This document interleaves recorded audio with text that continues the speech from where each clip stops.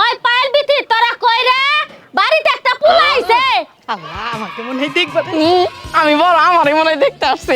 আমাকে দেখতে স্টপ কর। কি হইলো? তুমি ধরে খারাইছিস কে? চল জানো তো মা, তবে আমার একটা কথা আছে। ছেলে কিন্তু সরকারি চাকরিজীবী হওয়া লাগবে, লম্বাই হইতে হইব 6 ফুট, বাপ দাদার অনেক জায়গা জমি থাকা লাগবে, আর বোন থাকা যাইবো না, ভাইও থাকা যাইবো না। ও জানি এক বাপের এক পোলা থাকে।